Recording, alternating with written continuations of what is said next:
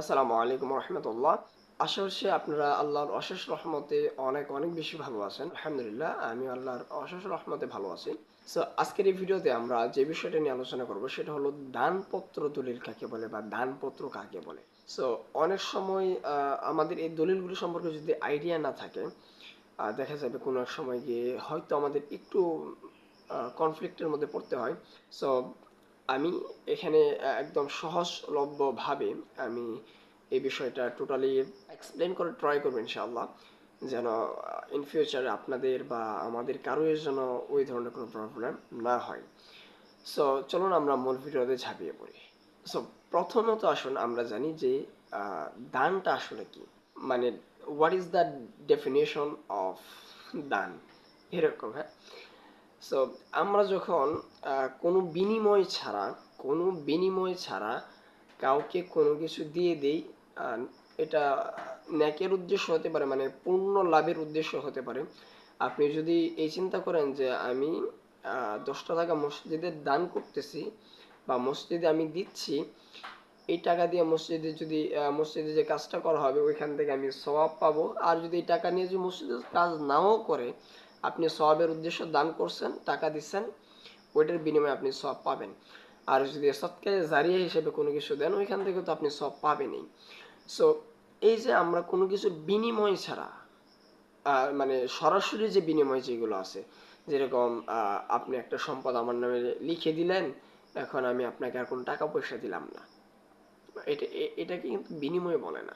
হ্যাঁ, অন্য বিনিময় থাকতে পারে, বাট মানে বাহ্যিক যে বিনিময়গুলো আছে ওইগুলো ছাড়া, যেটা আর কি, বুঝে নেন। তো আপনি যখন কাউকে কোনো কিছু আপনি দিবেন কোনো বিনিময় ছাড়া, মানে আপনি কাউকে মালিক বানিয়ে দিচ্ছেন কোনো কিছুর কোনো প্রকার বিনিময় ছাড়া, ওইটাকে আমরা নর্মালি দান বলতে পারি। যেমন ধরেন একজন লোক তার ছেলেকে আহ, একটা সম্পদ উপহার হিসেবে দিল, যে এতটুকু জায়গা আমি তাকে দিলাম উপহার। সো ওইটাও কিন্তু ওই দানপত্রের আওতাধীনই পড়ে।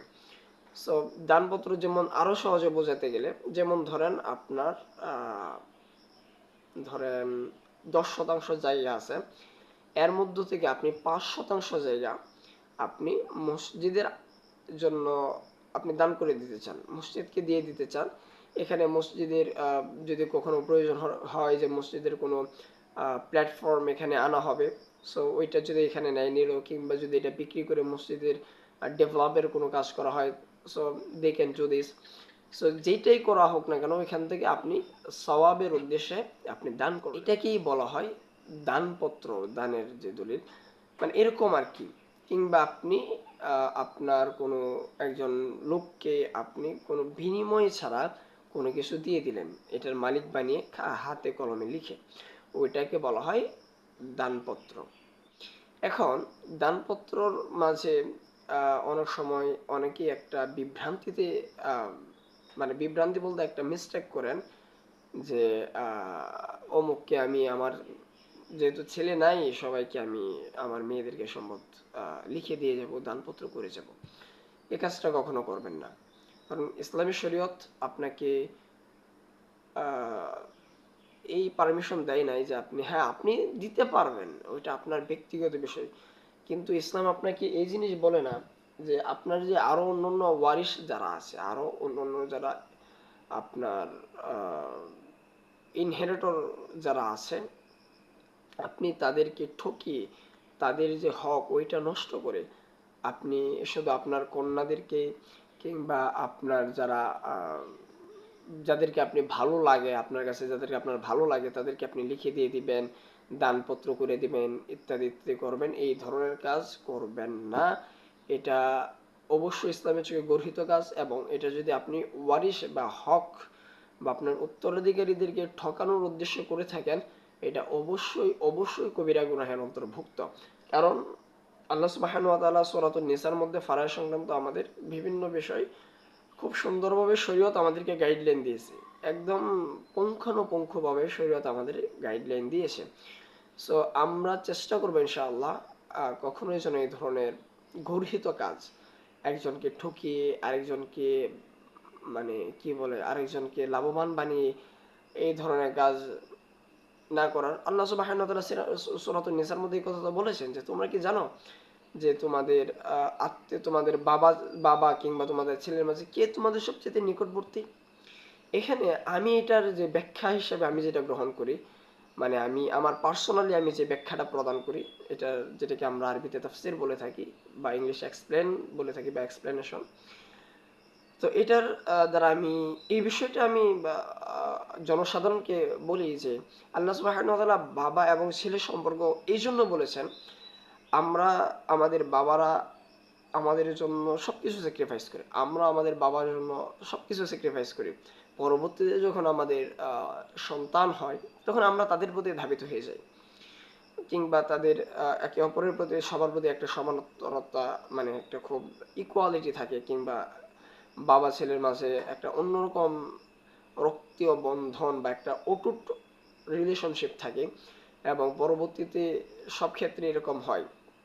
তো এখন আপনি চিন্তা করলেন যে আমার ছেলে আমার বাবার চেয়ে কাছে, তো তার মানে আমি আমার ছেলেকে সমস্ত সম্পদ লিখে যাব, আর আমার বাপকে সম্পদ দেওয়ার দরকার নেই, আমার বাপ তো অলরেডি ইজ ওল্ড, সো উনি সম্পদ দিয়ে কি করবেন। এটা করবেন না। আল্লাহ সুবহানাহু ওয়া তাআলা এখানে বলেছেন যে এই কথা দ্বারা বাবা ছেলের উদাহরণ এই জন্য এনেছেন, বা বাবা ছেলের কথা এই জন্য এনেছেন যে তোমরা জানো না তোমাদের বাবারা বেশি, তোমার বাবা বেশি কাছে নাকি তোমার সন্তানরা বেশি কাছে, তোমার ছেলেরা তোমার সন্তানরা বেশি কাছে কিনা, এ বিষয়ে তোমরা জানো না। এর মানে কি বোঝা যায়, আমরা জানি না কে কোন আত্মীয়, আমাদের কোন ওয়ারিশ আমাদের কোন উপকারে আসবে, কোন উপকারে কে আসবে এটা আমরা জানি না। আপনি সমস্ত সম্পদ আপনার যেই বাবা আছে, ভাই আছে, বোন আছে, ওদেরকে ঠকিয়ে আপনি আপনার সব সম্পদ আপনার কন্যাদেরকে লিখে দিয়ে গেলেন। অ্যান্ড যখন আপনি dead bed, you are in dead bed, your daughters they are not looking after you, তারা আপনার দেখাশোনা করলো না, তখন আপনি তো অথবা আপনার মৃত্যুর পরে তারা গিয়া একটা বার যে আপনার জন্য দোয়া করবে, নামাজ শেষে আপনার জন্য হাত তুলে একটু দোয়া করবে, এটা তো অনেক সময় হয়ে ওঠে না। কারণ মডার্ন সোশ্যালাইজেশন দে বিলিভ, খুবই দুঃখজনক বিশ্বাস তারা করে।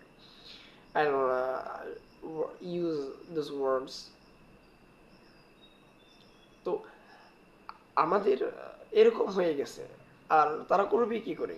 তাদেরকে তো ছোটবেলা থেকে এরকম কোনো শিক্ষা দীক্ষা দেওয়া হয় নাই যে নামাজের পর এই বলে দোয়া করতে হয়, বাবা মাদের জন্য এইভাবে এইভাবে দোয়া করতে হয়, এইগুলো তো শিক্ষা দেওয়া হয় না ইউজুয়ালি।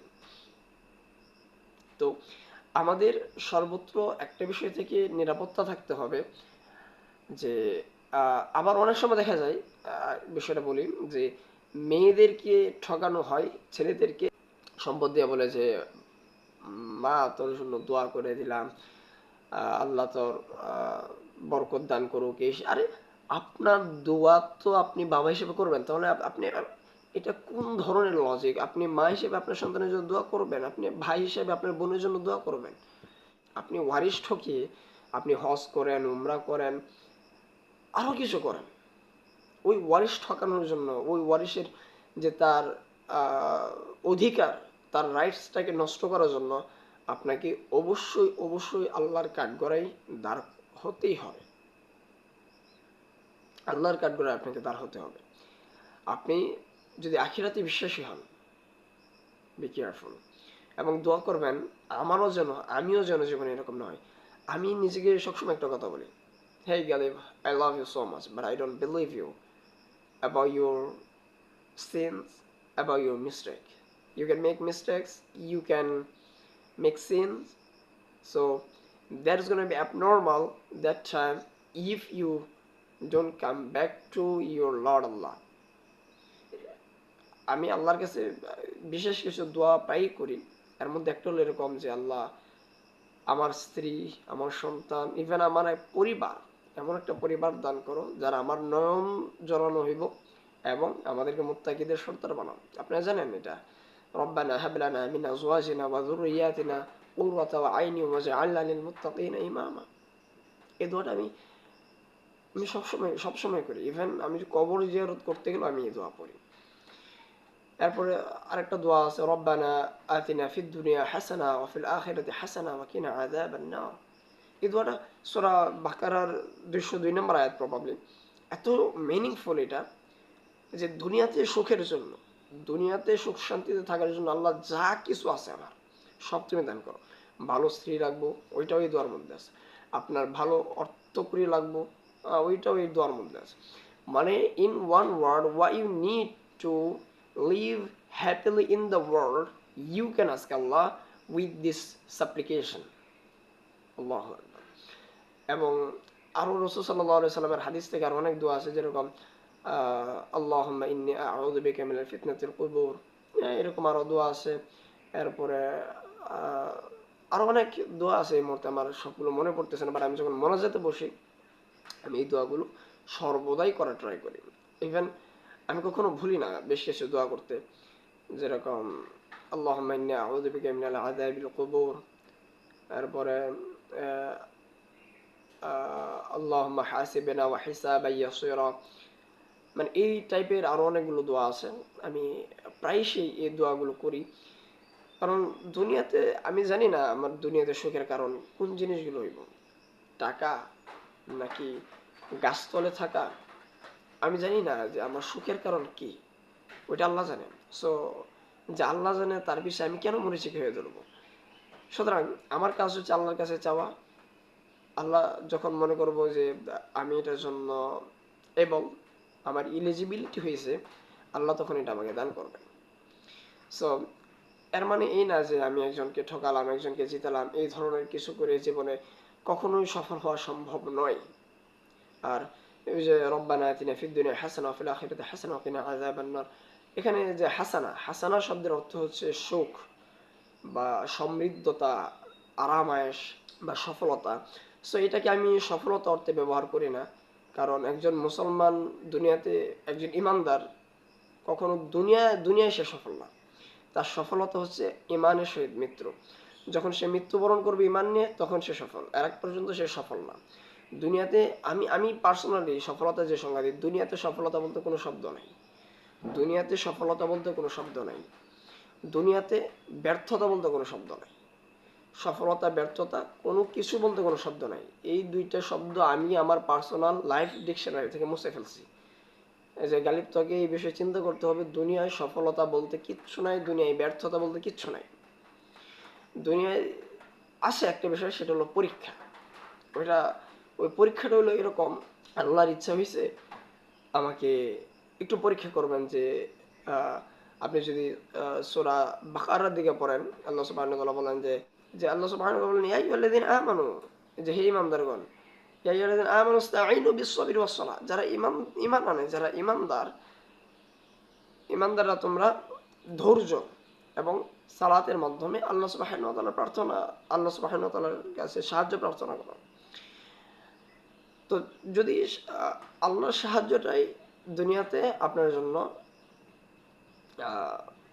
সবচেয়ে গুরুত্বপূর্ণ, আমাদের সফলতা হচ্ছে জান্নাত। এর আগ পর্যন্ত যদি আমি একটা বিষয়ে ফেল করছি, ওইটাকে আমি নর্মাল একটা কমা হিসেবে ধরি, যে আল্লাহ চাইছেন আমাকে এখানে একটু বিশ্রাম দেবেন, একটু বিশ্রাম, তাই আল্লাহ আমাকে এখানে থামাইছেন, আমাকে তাৎক্ষণিক ঘুরে দাঁড়িয়ে দিব, এত বেশি লম্বা সময় এখানে স্পেন্ড করা যাবে না। তো প্রতিটা বিষয় এভাবে থিঙ্ক করেন, কে আমার কাছে, কে আমার দূরের। এই ধরনের অহরহ ঘটনা দেখা যাচ্ছে যে ছেলেকে বাবা হত্যা করে ফেলছে, বাবাকে ছেলে হত্যা করে ফেলছে। তো আবার এমন অনেক বহু ঘটনা আছে আপনি যা কখনো চিন্তাও করতে পারবেন না, এমন কিছু আমাদের আশেপাশে ঘটতেছে। সুতরাং আমি দানপত্রের ক্ষেত্রে বা কাউকে কোনো কিছু একদম চিরতরে লিখে দেওয়ার ক্ষেত্রে আমরা সতর্ক থাকবো। সূরাতুল নিসার মধ্যে একটা আয়াত আছে এরকম, প্রবাবলি 8 নাম্বার আয়াত, যে আল্লাহ সুবহানাহু ওয়া তাআলা বলেন যে তোমরা, তারা যেন তাদের উত্তরাধিকারীদের যে মানে টোটাল মিনিংটা আমার মনে পড়তেছে না, এরকম যে যখন তারা যেন তাদের পশ্চাতের কথা ভেবে দেখে, তাদের স্ত্রী সন্তান তাদেরকে যেন একদম শূন্যের মধ্যে ফেলে না যায়। প্রবাবলি 7 অথবা 8 নাম্বার আয়াত আমার যদ্দূর মনে পড়তেছে। তো আল্লাহ সুবহানাহু ওয়া তাআলা আমাদেরকে বলতেছেন যে আমাদের স্ত্রী সন্তান যারা আছে তাদেরকে একদম মানে আমাদের অবর্তমানে যেন তারা চলতে পারে এরকম অ্যাবিলিটি রাখা, আদারওয়াইজ কিন্তু প্রবলেম অবশ্যই হবে।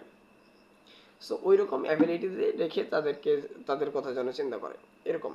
সো আপনি যে সব সম্পদ আল্লাহ রাস্তায় দিয়ে দিবেন এটাও ইসলাম নিষেধ করে। আপনি যে সব সম্পদ শুধু আপনার একজনকেই দিয়ে দিবেন এটাও ইসলাম নিষেধ করে।